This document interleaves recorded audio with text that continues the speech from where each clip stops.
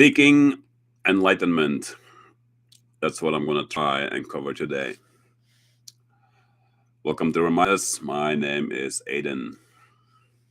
I'm not going to lie, it's been a very hot 2 weeks here where I live, and I'm a little.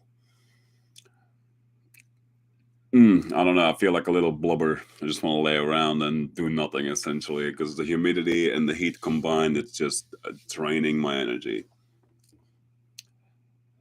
I had a hard time today trying to find a topic that I want to cover, but just the topic of enlightenment itself has always been of great interest to me because, as the description of just my own channel actually says it, I was looking for enlightenment because it was one of these things I read about it.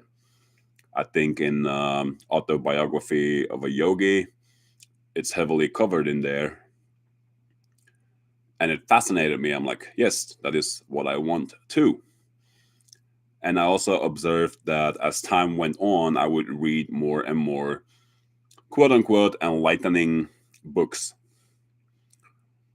And as time went on, I started to question, am I actually seeking enlightenment or am I actually becoming somebody else?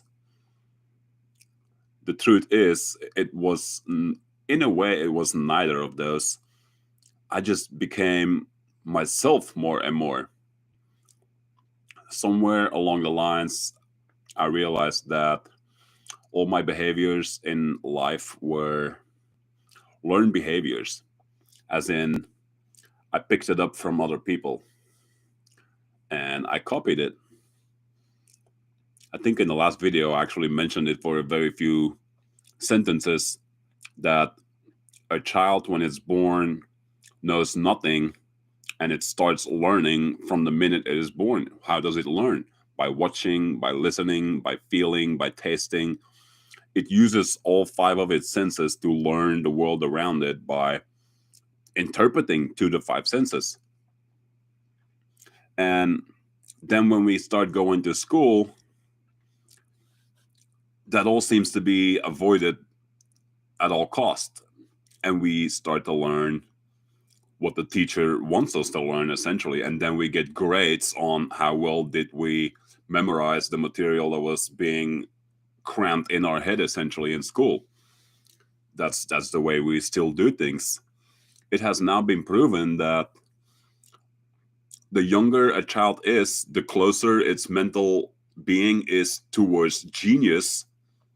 Whereas people that start going through the school system, their level of genius completely disappears. I'm not sure if they're covering the IQ in here, intelligence coefficient. I don't think that's what they're really doing. But in a way, yes, a child is very open-minded. A child is very willing to explore the world. Whereas an adult, it's almost the other way around. We have learned facts. And when I say facts, I should really put that in quotations, because what is a fact really? If you can prove something, does that by default make it a fact? I wouldn't say so. Although we are trained to believe that is exactly the truth. Somebody shows you something, you must accept this as a fact. This is a form of building a closed mind. And I personally now live a way where I'm avoiding that at all costs. I will never accept anything as a fact again, even if it's right in front of me. I'm trying to see the whole world now as a whole bunch of ideas. If I'm holding a piece of paper and I'm holding scissors and I cut the paper and now you have two pieces of paper, is that a fact or is that an idea? Well, why can it not be both? If I say that's a fact, great, it's a fact. We saw it, we've done it, we proved it, it's all true. But it could just as well be an idea. An idea doesn't ever need to be proven. It can always be correct and incorrect at the same time. So the whole seeking enlightenment thing is something that started around age 25, I think. For me, it always felt it was weird how people behave in this world. And it's not necessarily their behavior externally, it's also internally, if not more so internally. What do I mean by that? The way they think, the way they rationalize, it's this is all mental stuff, like the way their emotions come and go. I started paying close attention to that. And somewhere around age 25, I made a complete observation that everything on this planet happens in our head. You could say I had a small moment of enlightenment there, but that is essentially true. Everything we observe happens in our head. And that's why I'm saying you got to be careful with just saying that's a fact, that's a lie. It's a form of judgment. We have, as humans, created the need to understand things so we can label them. But that's also putting things in a box. Once it's in a box, it's hard to still reconnect that box with other boxes. You still can, but you see, as soon as you put something in a box, you're no longer open minded about other things that could come from that. See, one thing that always fascinated me was poetry a little bit, but also the way the mystics talk. I always observe that they don't ever seem to talk in matter of factly. You know what I mean? Like they don't state facts. And they also speak in a very impersonal way. Like you rarely hear them say a statement that starts with I will, I believe, I think. That I is almost completely gone in the way the mystics speak. So why was that weird to me? It was weird because every time you hear normal people talking, everything is about I, the I. I'm going to work. I'm driving my car. I have dishes to do. And it's kind of difficult in a life setting like that to speak in a way that is not about I. We all do it. Again, this is a learned behavior because partially it's what we always see around us. So, what I had thought about for today's video is I literally Googled amazing quotes about enlightenment. You see, I'm not going to say in this video how you can find enlightenment. That is different for everybody. And then we also have to cover what is enlightenment. I don't really care what it is. If you reach a certain state with your being and you feel a little more detached from yourself, detached from all the chaos in the world and more at peace, that's a form of enlightenment. I'm not saying that's the ultimate enlightenment. I'm just saying it's a form of it. You should be happy with this achievement. If you did something for yourself and now you are capable of handling the world much better, much stronger, much more confident, you did something good and you should be happy about yourself and proud. And you eventually came to a point of a little more enlightened than you were yesterday. So I'm gonna read the quotes that I saw online because remember earlier I said it's a little bit like poetry, and yet it is still different. I actually love the good quotes from quote unquote enlightened people. The word enlightenment conjures up the idea of some superhuman accomplishment, and the ego likes to keep it that way, but it is simply your natural state of felt oneness with being. That quote is from Eckhart Tolle. Did you notice that he said the word enlightenment conjures up the idea of some superhuman accomplishment? You see, those two words there, superhuman accomplishment, our ego likes to believe that we cannot do that because we are not superhuman. That's the danger with these statements.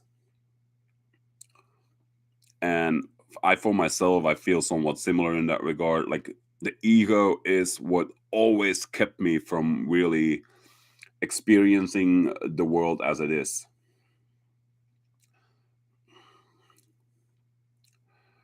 Enlightenment must come little by little, otherwise, it would overwhelm.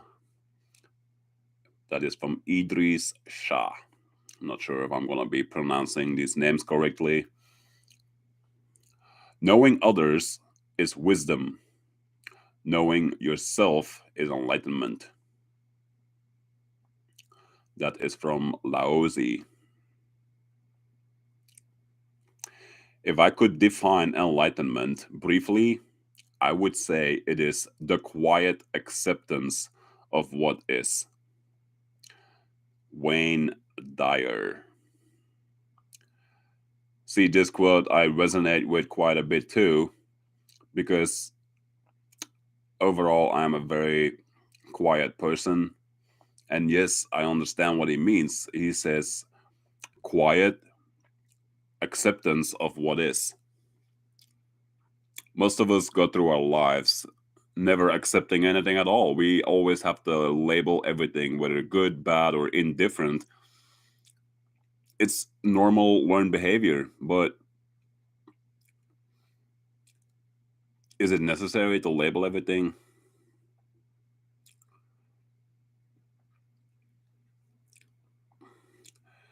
We are shaped by our thoughts. We become what we think. When the mind is pure, joy follows like a shadow that never leaves. Gautama Buddha. I agree with that. The things that you spend most time on thinking about, our world will start revolving around that.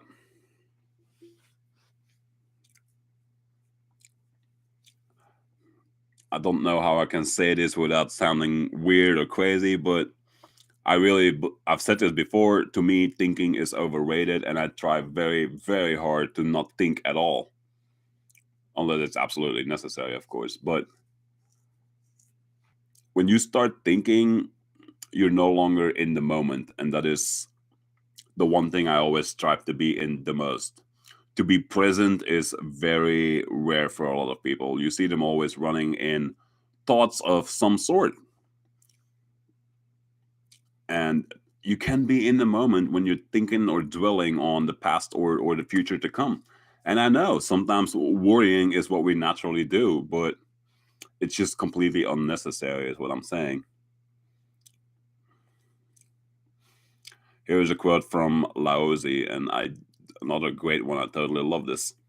To become learned each day at something. To become enlightened each day drop something. That's beautiful because I've come to the same conclusion. The more I put facts in my head, the more I feel and think that I have learned something. But the more I let go of everything, the less I worry about anything at all. That's how I see it. It's as simple as that. It is easy to imagine that the Buddha, the awakened one, is something or somewhere other than here, or that awakening to reality will happen sometime other than now. But as long as we continue to think in terms of time, we will deceive ourselves. The you who is chasing enlightenment will never become enlightened. Instead of striving towards some distant goal that you will never reach, I invite you to stop and ask, how am I avoiding the enlightenment that is already present in each moment? How am I seeing separation where it does not exist? That's beautiful. It's really that simple. And I was actually just saying that to be present is the most difficult thing. To be thoughtless is the most difficult thing. And if you can Be present and not think anything about what you see around you. You're in a natural state of peace, like an inner bliss.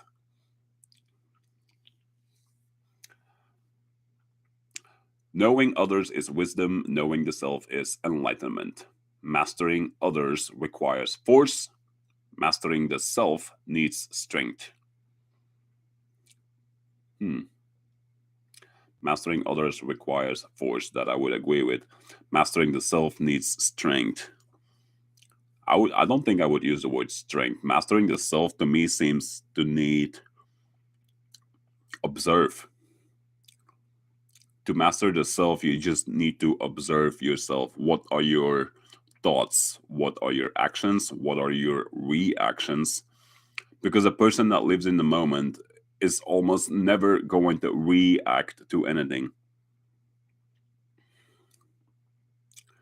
To observe yourself is to, I'm not going to say find your flaws and work on them. It would be more of a realization that you do things in a particular way because you've always done them that way. And now you are starting to observe what your actions do to other people, and you adjust somewhat. You adjust yourself so you're more thoughtful, more loving, more caring. So, oh, Deepak Chopra. Not every sky will be blue, and not every day is springtime. So, on the spiritual path, a person learns to find this kind of happiness without needing nice things to happen on the outside. Rather, you find happiness by being who you really are. This isn't mystical. Young children are happy being who they are. The trick is to regain such a state when you are grown and have seen the light and dark sides of life. That quote is kind of more or less saying what I was saying earlier.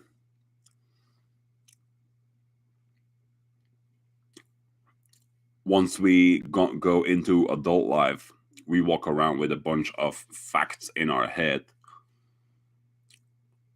and we start observing things as good and bad. We walk around with a form of judgment towards everything.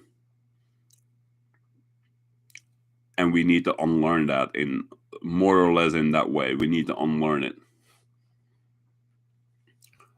If you have if you made it to adulthood and you find the world a hard place to live in, is because you piled up a whole bunch of quote unquote facts in your life and you've accepted them as the truth.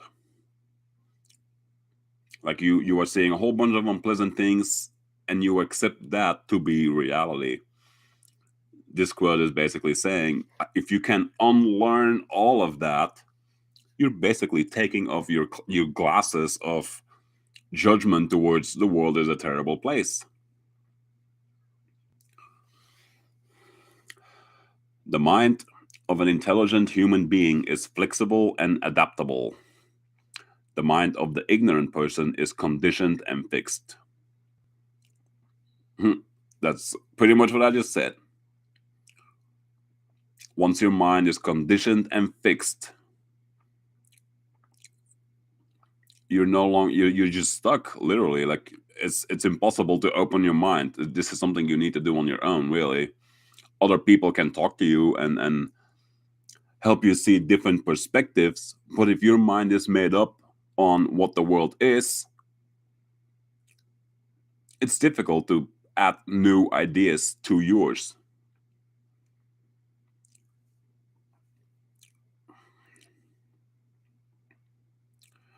Enlightenment is the inner light of wisdom that is permanently free from all mistaken appearance, and whose function is to bestow mental peace upon each and every living being every day.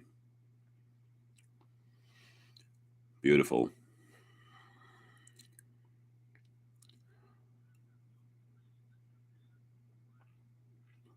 Enlightenment is any experience of expanding our consciousness beyond its present limits.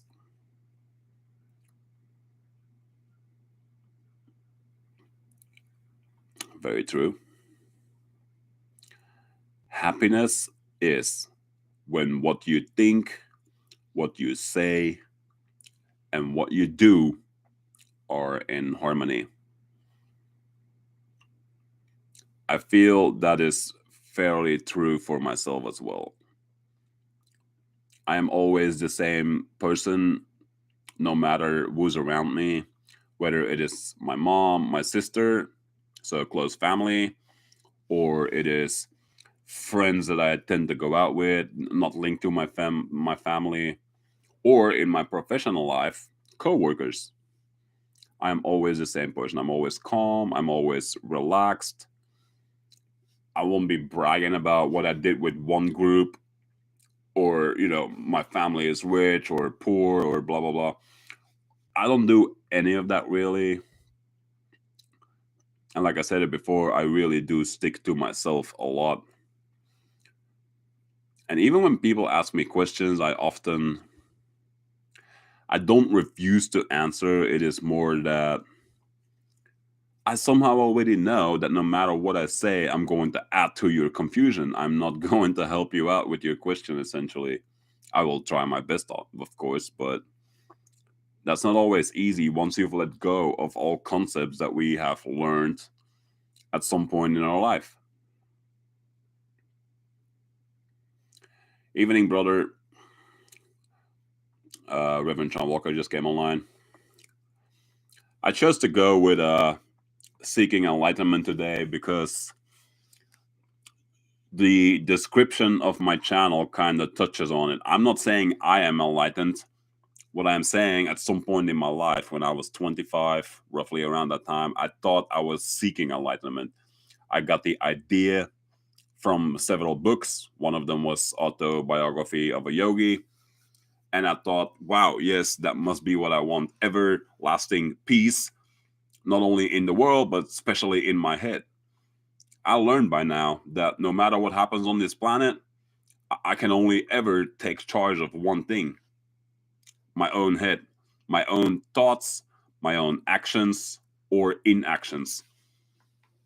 That's all I will ever have control over. So for me to even worry about what other people think, what they say, what they do, I'm just adding to the problem, because now I am falling in the trap of what they're stuck in, while I'm just wanting to be at peace with me. Ideally, I mean, by default, once I'm at peace with myself, I'm also going to be at peace with everything around me that's happening. I'm no longer going to be judging it as good, bad. I just accept it the way it is. Reverend, I've been reading quotes straight from online. Wow, the camera doesn't even pick it up. And I'm kind of giving my thoughts on it, or adding something to them, or see how I interpret the quotes. The aim of public education is not to spread enlightenment at all. It is simply to reduce as many individuals as possible to the same safe level, to breed a standard citizenry, to put down dissent and originality. You see, that's what I started my video with. I said children are on the level of genius. They have no preconceived ideas about anything. They just explore the world the way it is. They don't look for what's true and what's false. They just look for experience itself. When you look for an experience, you cannot go in it with a preconceived idea. Like, if you are going wild water rafting, you cannot go on this raft saying, oh my God, we might drown, so we need safety vests. Like, that's probably a dumb example, because yes, you don't want to drown and you should take some precaution, but a child doesn't think that way. It doesn't think I might die. It doesn't think I might get hungry on the raft. It just thinks, water, I'm going in there. That's all they care about, and that's enough. What more do you need? Control of the masses, of course. Yes, exactly. That is I personally feel that is really why the school system exists the way it is. I'm not saying all schools are bad, but mainstream schools, that's how I felt about it for the longest time. It's an indoctrination system. They want us all to fall in the same box where we're easy to manipulate, and free thinking is a danger to this kind of people. If you're a free thinker, you're not going to fall in any box, and they don't like that. Who's they? Well, let's not go there. I'm simply saying, to be yourself, like an authentic being that knows who he or she is, that's rare.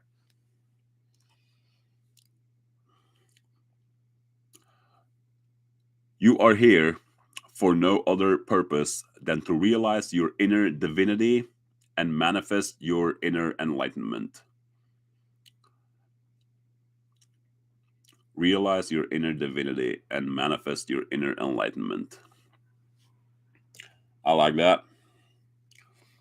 And I personally feel that way too. Like, your inner divinity, that's a personal thing for you to search for, your inner divinity, because I'm me. I cannot tell you who you should be or where you can find who you want to be. Reverend John Walker, you're not free if a small group of people decide what we should know. I agree. Are you ever free when you follow somebody else? I'll give you a silly example, and I've seen this over and over as I was growing up. Young teenagers, both boys and girls, will have posters of their favorite movie star or favorite cartoon character. And if you pay attention, they kind of pick up the behaviors of that character from whatever it is, a movie, a cartoon, or superhero. They pick some of that up. That is also a form of, that character has become a teacher to you. You have picked up the teacher's doing and are now reproducing it. I'm not saying it's good or bad. I'm saying it is, again, you saw something, you picked it up, and you made it your own. That's not a bad thing necessarily, but I'm arguing is, who is actually the authentic you, the authentic thing that wasn't taught into you, that wasn't trained into you, essentially. Yeah. Okay, this quote seems a little longer, but enlightenment is finding that there is nothing to find. Enlightenment is to come to know that there is nowhere to go. Enlightenment is the understanding that this is all, that this is perfect, that this is it. Enlightenment is not an achievement, it is an understanding that there is nothing to achieve, nowhere to go. You are already there, you have never been away. You cannot be away from there. God has never been missed. Maybe you have forgotten, that's all. Maybe you have fallen asleep, that is all. All right, Reverend, I'll see you later, brother. Thanks for chiming in. You see, the long quote that I just read, it kind of says it all. There is nowhere to go, there is nowhere to search, there is nowhere to be other than right here. It says it towards the end. You are already there. You've never been away. You cannot go away from there. And that's what I'm trying to explain. And I find it quite surprisingly difficult to put it in words. To just be present is one of the hardest things you can do.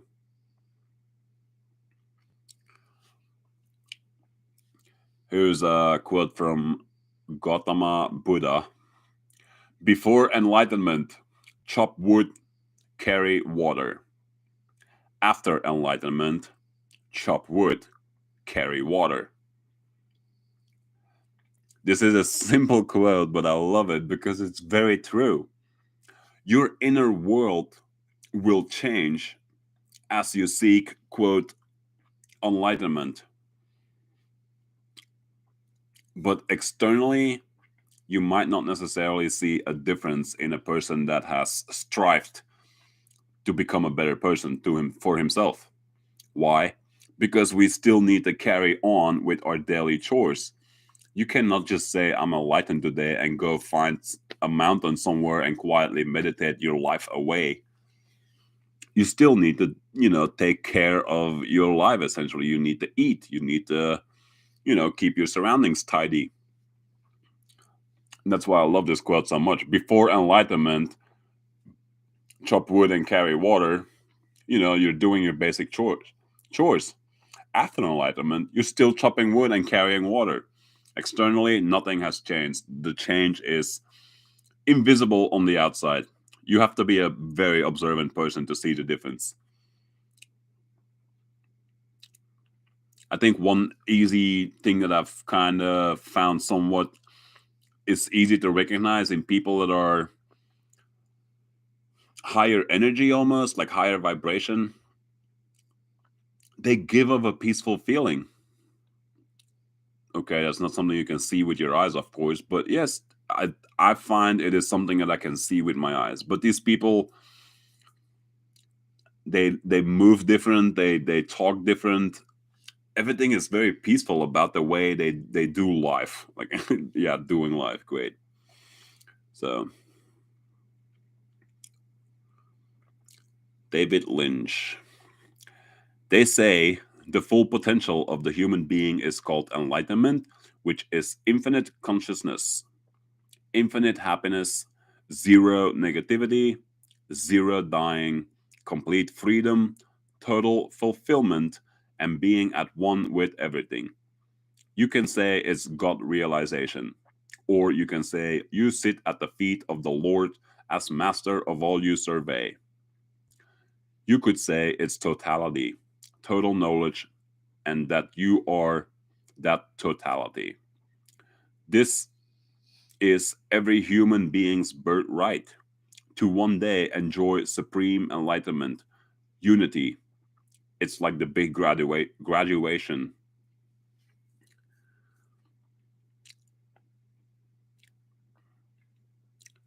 I would agree with this quote quite largely, but these two words, total knowledge, I think that is why most of us feel stuck, as in, oh, we're never gonna get enlightened. Why even try? Total knowledge. What kind of total knowledge do you need to feel or experience to feel like you've become enlightened? Do you need to be capable of lifting 1,000 pounds before you can say I'm enlightened? Well, no. If you can pick up 5 pounds, all of us can do that, even small children. Be happy with that achievement.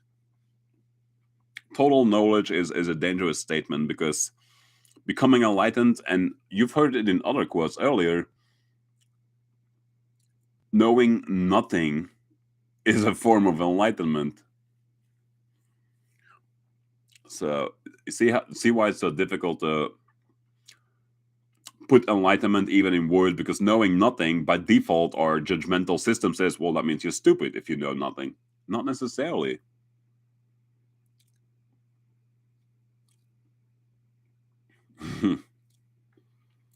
Gautama Buddha.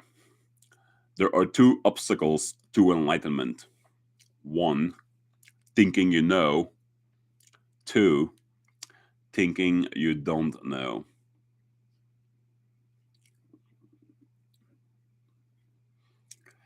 You see, this sounds a little bit like a riddle, and this is why I love these enlightening quotes, because the two obstacles are thinking that you know and thinking that you don't know. So what's between them? Knowing is a bad idea, not knowing is also a bad idea, is basically what's here. It comes again to the whole concept of let go of all preconceived ideas. It's a letting go statement.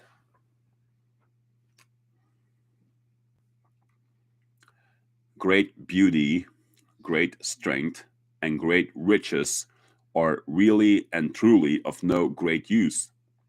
A right heart exceeds all. Apparently, that came from Benjamin Franklin.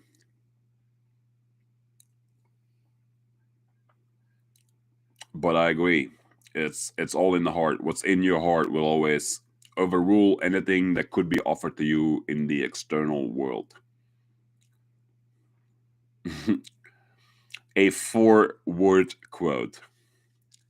After enlightenment, the laundry. I like that. It's the same as that quote from earlier. What was it? Yeah. Before enlightenment, chop wood, carry water. After enlightenment, chop wood, carry water. This is the same idea. It's just very short and simple. Simple.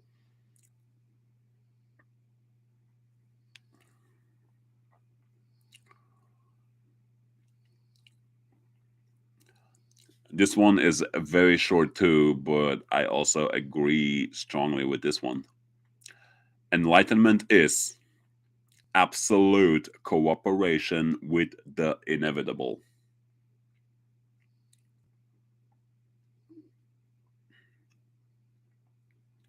Absolute cooperation with the inevitable.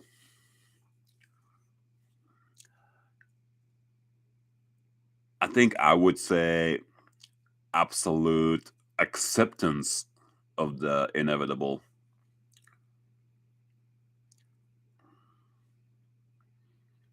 But as absolute acceptance of the inevitable, it's I'm not sure if I want to add words to that, but I do get it. Um, I don't think I ever told you guys. And once I get better with adding pictures or overlapping my video with short screens of other things, I have a wall in my house where I leave sticky notes. Well, they're not sticky notes, but they're note cards essentially with quotes that I really, really enjoyed when I read them, and I feel they have some value in them. I have a wall in my house where they are all hanging. And before I started this video, I took some pictures of my own wall where all the quotes are hanging because there's quite a few already. That's why I'm saying I would love to show you guys a picture.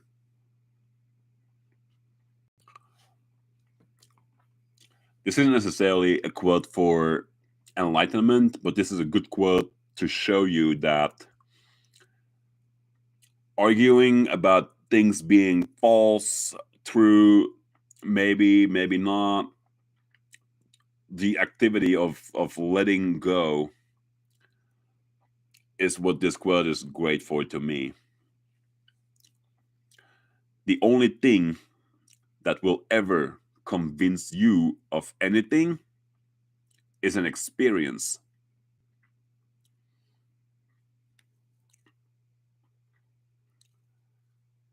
That makes quite a bit of sense, of course. I'm trying to think of a good example. I mean, I brought up skydiving before. Like, most people will say, nope, I'm afraid of heights. Nope, I don't want to die. But that person is already expressing fear and anxiety. I have jumped out of an airplane and I had fears and anxieties too, but they didn't stop me from doing it.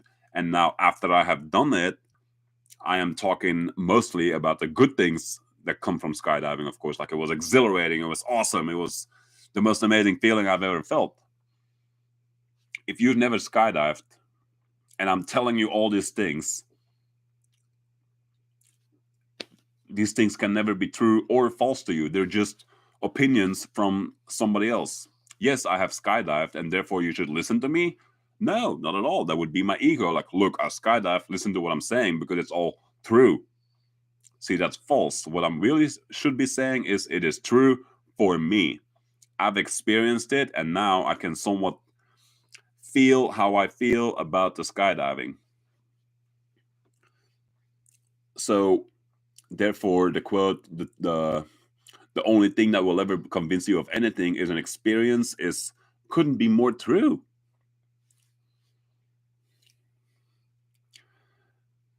This quote, I think I wrote myself a long ago, is very simple and short, and yes, it was derived from other quotes that says the same thing, but I wanted to try and make it very plain and simple.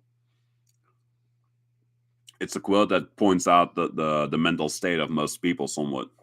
Here it is. Yesterday can cause depression. Tomorrow can cause anxiety. Now can cause peace of mind. This is basically me explaining that thinking about the past, which would be yesterday in this particular quote, yesterday can cause depression. People that are always dwelling and thinking about the past, these are people that struggle with a lot of depression, a lot of negative feelings, a lot of negative thoughts. Same thing for tomorrow. That's the future. Anything that comes after today. Tomorrow can cause anxiety. It's the same thing. Tomorrow doesn't exist. But us humans have this weird capability of thinking about things that were and might or will be. But that doesn't really leave us in a moment of peace.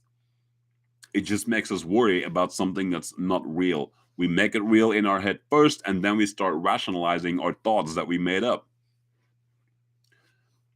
So the final part of that quote is now can cause peace of mind.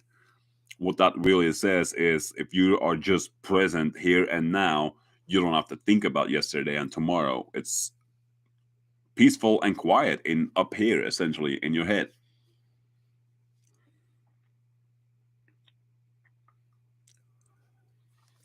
A happy person is happy not because everything is right in his life.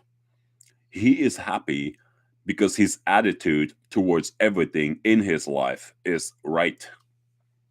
Couldn't agree more. I would say, I would explain this in a very simple way. It is the way you respond to the world makes all the difference. And I say it in almost every video. The moment you realize that the world happens for you instead of to you, you're going to start acting a heck of a lot different, way more at peace.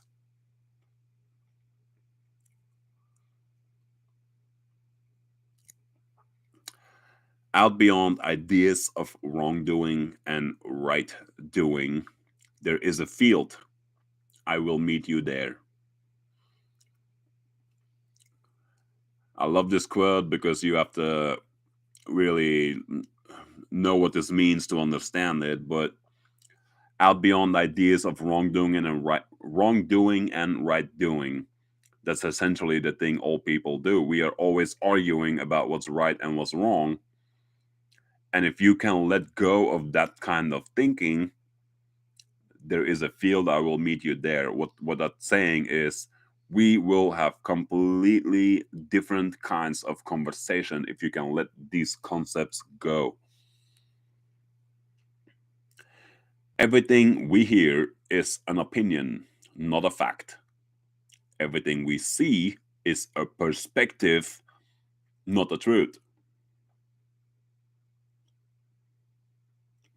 I love that.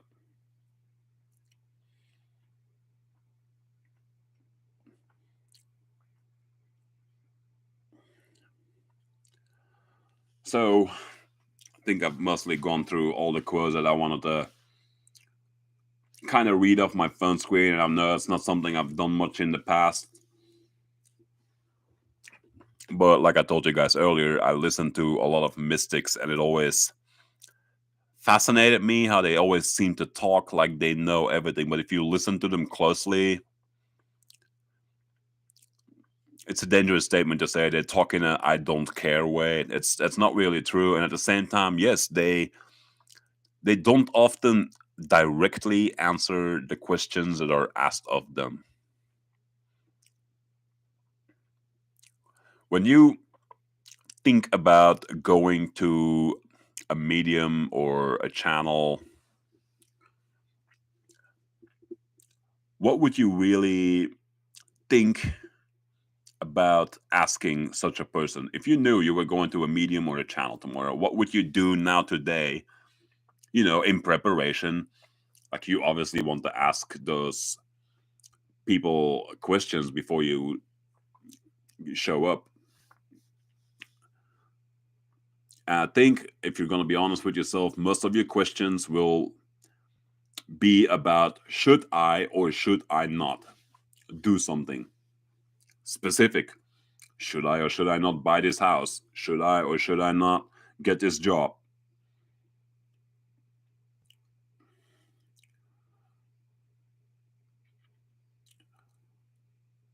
Mm.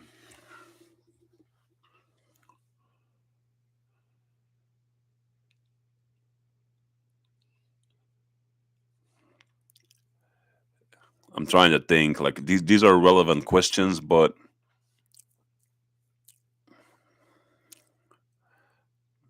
I don't know why the movie Yes Man pops in my head. Of course, he basically says yes to everything. What fascinates me there actually is that he never had to wonder should I or shouldn't I.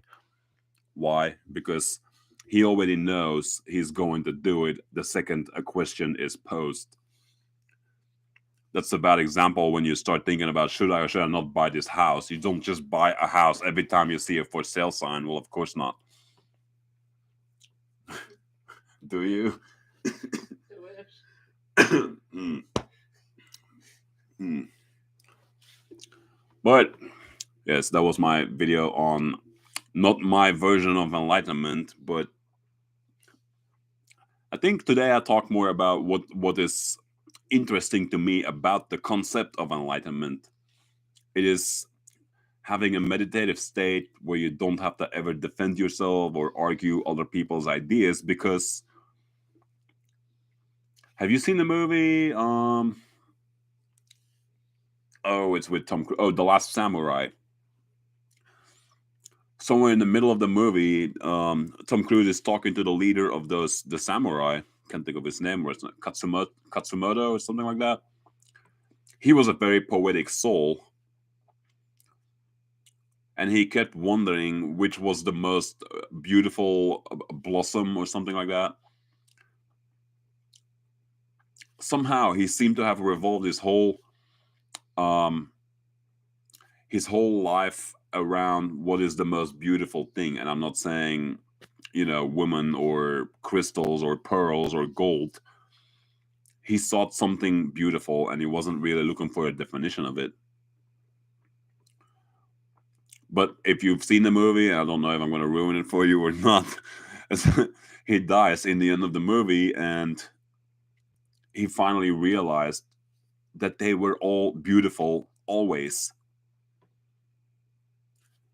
Right there is another form of he suddenly dropped his need for judgment. He realized that everything is trying to be its beautiful self as it is. It is our ability to judge things that starts to put, beautiful, not beautiful labels on everything. I enjoy this, I don't enjoy that on everything. And that is what I have tried to let go of as much as I can in my life.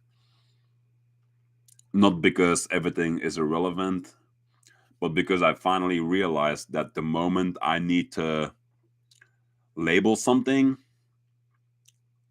that means thought becomes involved. That means I lay value on one thing and something else will have lesser value.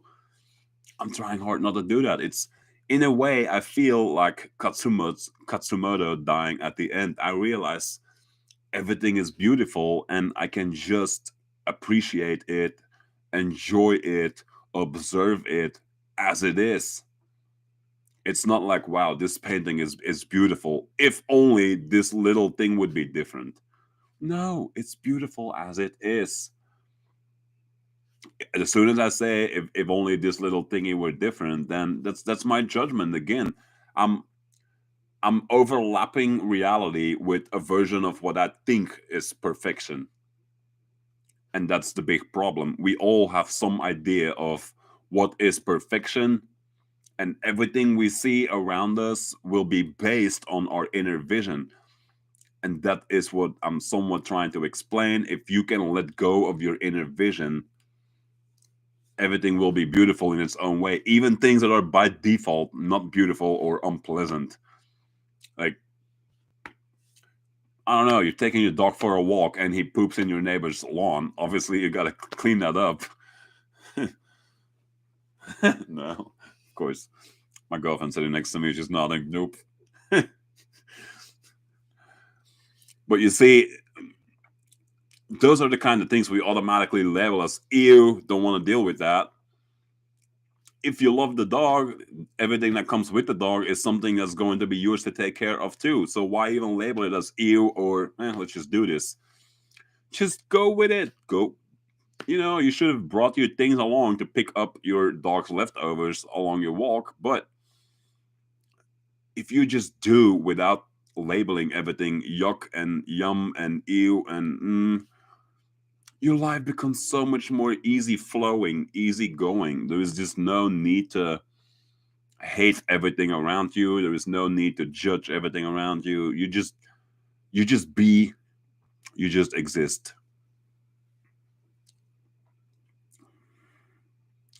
I think that is where I'm going to leave my video at. It is about 51 minutes. That's not bad. I felt very unprepared today. I'm not going to lie. It's been, like I said earlier in the video, very hot, humid, miserable. I have family from Europe visiting and staying in my house. So my mind was obviously occupied on making sure that my visitors have what they need. And it's my family. I only see them once every few years. So of course I want to be present with them, catch up conversation and things like that. So yeah, talking, keeping up my YouTube channel was actually not really on my mind today, but I'm trying hard to stick to a schedule. And for now, we've made that schedule Saturdays at 4 p.m. So I'm doing my best. I'm gonna have a week off of work. When is that? Next week. Well, okay, I work one more week, and then the following week I'm a week off, and I want to do a little bit more online research on how to pre-record stuff, how to make a PayPal account, and how to have pictures show up on my screen while I'm talking, stuff like that. And I really want to find a good program where I can do one-on-one conversations with somebody else. And Reverend Sean Walker obviously is going to be one of the first people because he wants his voice out there too. And we're trying to find a simple yet practical way for us, both of us, to make this work. So I hope you all enjoyed today's live stream. If you have questions or comments, please leave them. I do still read them every time I come online. And I hope to see you all on the next video. Enjoy the rest of your weekend.